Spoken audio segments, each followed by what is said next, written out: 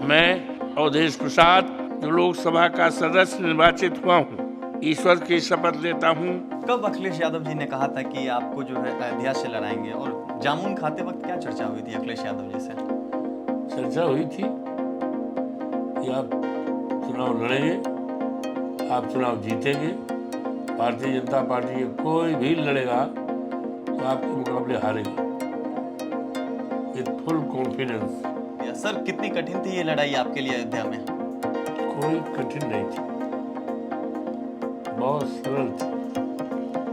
और हम हमारे नेता माननीय अखिलेश जी चुनाव के 6 महीने पहले से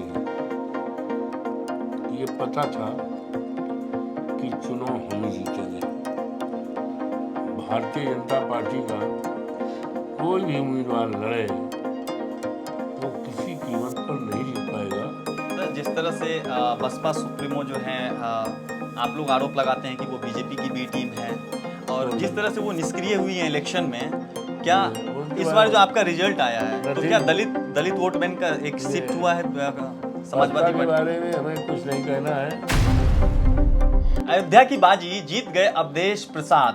जी हाँ, जहां से बीजेपी ने हिंदुत्व का नारा दिया था, एक नारा दिया था 400 पार का, ऐसा लग रहा था कि जो है बीजेपी का 400 पार का नारा जो उत्तर प्रदेश के रास्ते होकर गुजरेगी और बीजेपी फिर से वही अप्रत्याशित परिणाम लाएगी जो 2014 और 2019 में लाई थी। लेकिन बीजेपी के इस अश्वमेघ के घोड़े को अवधेश प्रसाद ने अयोध्या में ही रोक दिया। सर, कितनी कठिन थी ये लड़ाई आपके लिए अयोध्या में? कोई कठिन नहीं थी, बहुत सरल थी। और हम हमारे नेता माननीय अखिलेश जी चुनाव के 6 महीने पहले से ये पता था कि चुनाव हम ही जीतेंगे।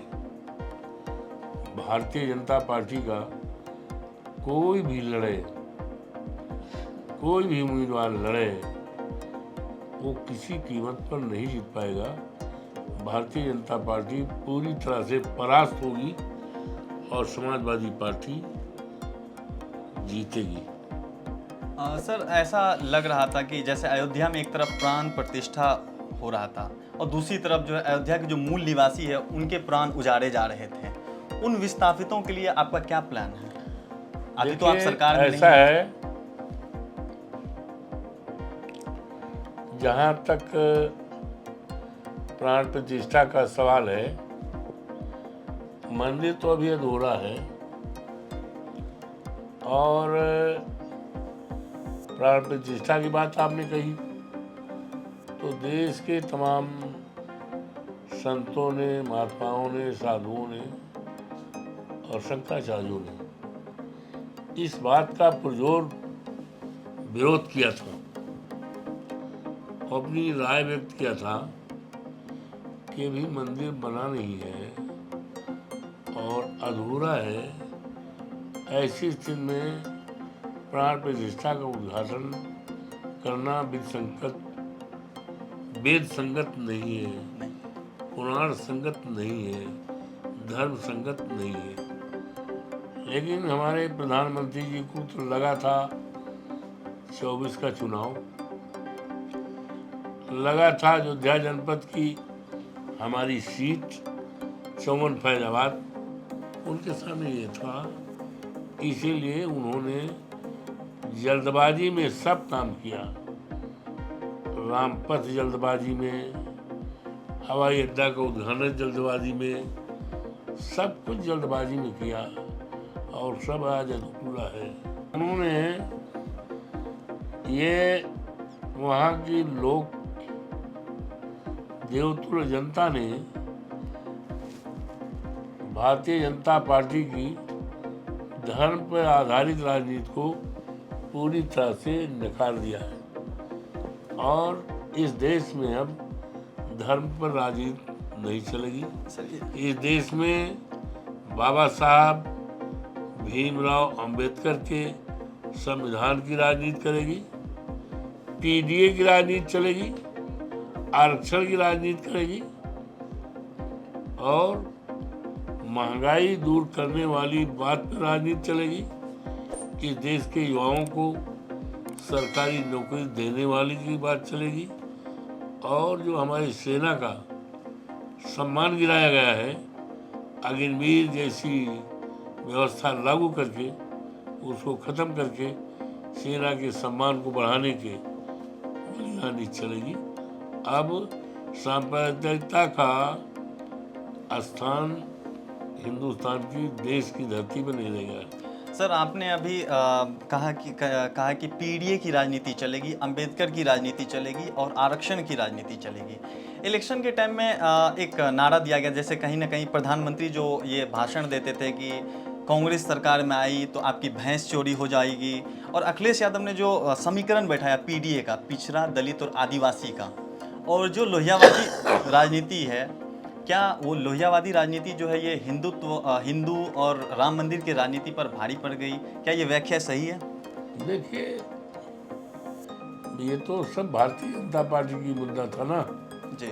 हिंदू मंदिर, मस्जिद, ये सब तो भारतीय जनता पार्टी का, क्योंकि उनके सामने तो कुछ है नहीं। लेकिन आज देश के सामने बड़े सवाल हैं, उन सवालों पर चर्चा होनी चाहिए। आज बेरोजगारी का सवाल है, महंगाई का सवाल है, भ्रष्टाचार का सवाल है और पेपर लीक का सवाल है।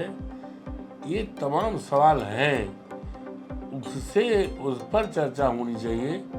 अब उन्होंने जो चर्चा किया था, प्रधानमंत्री ने तो स्तर से हटकर चुनाव में अपना भाषण किया था, स्तर से हट करके। जिस तरह से एक प्रधानमंत्री ने चुनाव में भाषण किया था, वो पूरी तरह से शोभा नहीं देता। जी सर, कब अखिलेश यादव जी ने कहा था कि आपको जो है अयोध्या से लड़ाएंगे, और जामुन खाते वक्त क्या चर्चा हुई थी अखिलेश यादव जी से? चर्चा हुई थी कि आप चुनाव लड़ेंगे, आप चुनाव जीतेंगे, भारतीय जनता पार्टी के कोई भी लड़ेगा तो आपके मुकाबले हारेगा, with full confidence. Akhilesh Yadav ji ने बोला था। एक तरफ हम समावेशी राजनीति की बात करते हैं, हमारा संविधान का जो प्रियम्बल है उसमें लिखा है कि we the people of India, लेकिन एक तरफ आप देख रहे हैं कि देश में जो है मंदिर, मस्जिद और धर्म के नाम पे राजनीति होती है। क्या यह एक लोकतांत्रिक देश में, जो दुनिया में जो है भारत जो लोकतंत्र की जननी है इस देश में, ये कितना सही है इस तरह की राजनीति इस देश में? मैंने कह दिया ना कि अयोध्या से प्रभु श्री राम की मर्यादा, पुरुषोत्तम राम की धरती से ये संदेश पूरे देश और दुनिया को गया है कि धर्म पर आधारित राजनीति नहीं चलेगी। ये तो दे दिया संदेश, और उसकी शुरुआत हो गई है। अयोध्या से शुरुआत, और मैसेज पूरे देश में जाएगा, और भारतीय जनता पार्टी का सफाया in due course of time पूरे देश से होगा।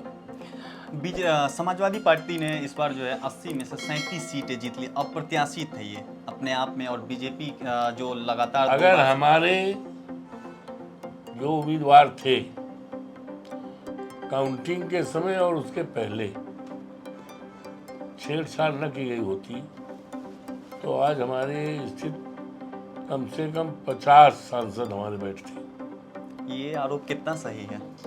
पूरी तरह सही है, कितना उतना कोई हम तराजू ले लिए हैं। सही ही सही है, हम दो बोल रहे हैं, एकदम सही है। सर, जिस तरह से बसपा सुप्रीमो जो है, आप लोग आरोप लगाते हैं कि वो बीजेपी की बी टीम है, और जिस तरह से वो निष्क्रिय हुई है इलेक्शन में, क्या इस बार जो आपका रिजल्ट आया है तो क्या दलित वोट बैंक का एक शिफ्ट हुआ है समाजवादी के बारे में हमें कुछ नहीं कहना है, और अनुसूचित जात जनजात का वोट, सारा वोट अब पीडीए की तरफ आया है, और पीडीए एक बहुत बड़ी ताकत बनती जा रही है। जी सर, इस बार जो है 37 सीटें सपा लाई है वहाँ से, और लगभग आप लोगों ने बहुत अच्छा प्रदर्शन किया। जिन सीटों पर हारे वहाँ पे हार का अंतर बहुत कम था। Sir, no doubt Akhilesh Yadav ji को आप राष्ट्रीय राजनीति में देखते हैं आगे? अरे यार, क्या बात कर रहे हैं। आगे अगर और क्या है, देश की तीसरी शक्ति के रूप में उभरे हैं और बहुत जल्दी हमारी पार्टी राष्ट्रीय पार्टी हो जाएगी। और आप कह रहे हो हमारे अध्यक्ष को कि क्या राष्ट्रीय राजनीति में उभरेंगे? नहीं, राष्ट्रीय राजनीति में कहाँ देखते हैं आप उनको आगे? अगर उनके पास प्रधानमंत्री बनने का मौका हो, अगर आपके पास उत्तर प्रदेश है। Always hope for the best, आने दीजिए समय। जी सर, अभी आज बजट आया, बजट पे क्या कहना है आपका?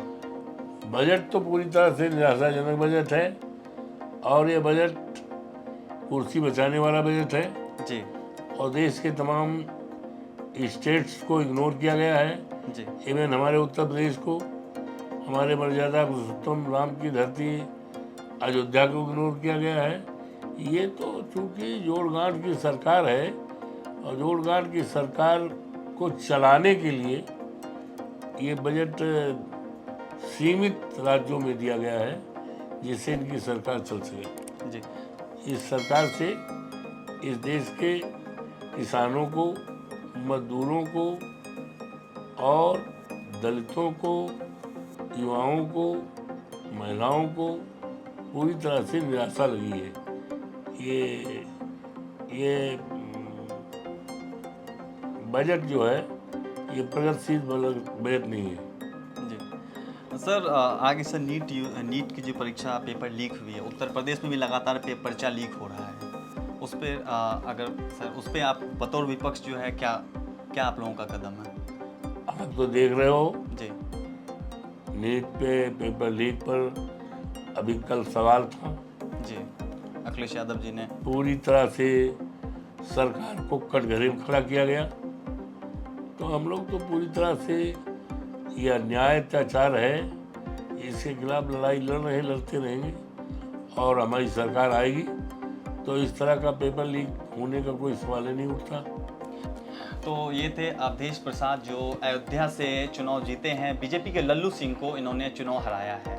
हिंदुत्व का नारा दिया था, जहां से कहीं ना कहीं बीजेपी की राजनीति जो है ना 80-90 के दशक से अयोध्या केंद्रित रही है। उस अयोध्या में बीजेपी की हार जो है कहीं न कहीं एक तिलिस्म को तोड़ दिया है। बहुत बहुत धन्यवाद।